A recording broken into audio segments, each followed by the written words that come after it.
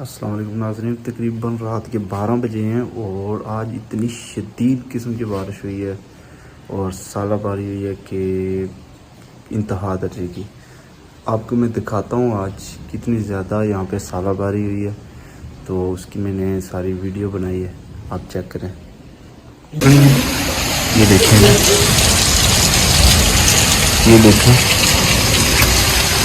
कितनी ज़्यादा साला बारी हुई है आज।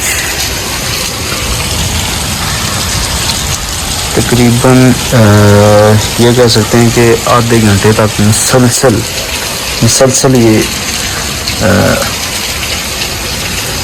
साला बारी होती रही है। अल्लाह ताला करम फरमाए। वो देखें,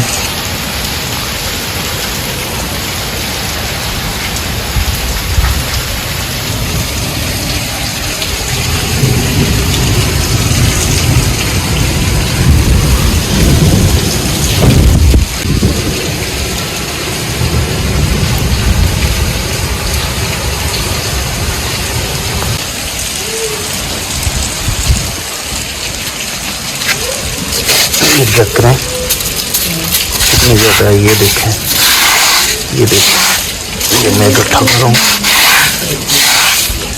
ये आप चेक करें कितना ज़्यादा ये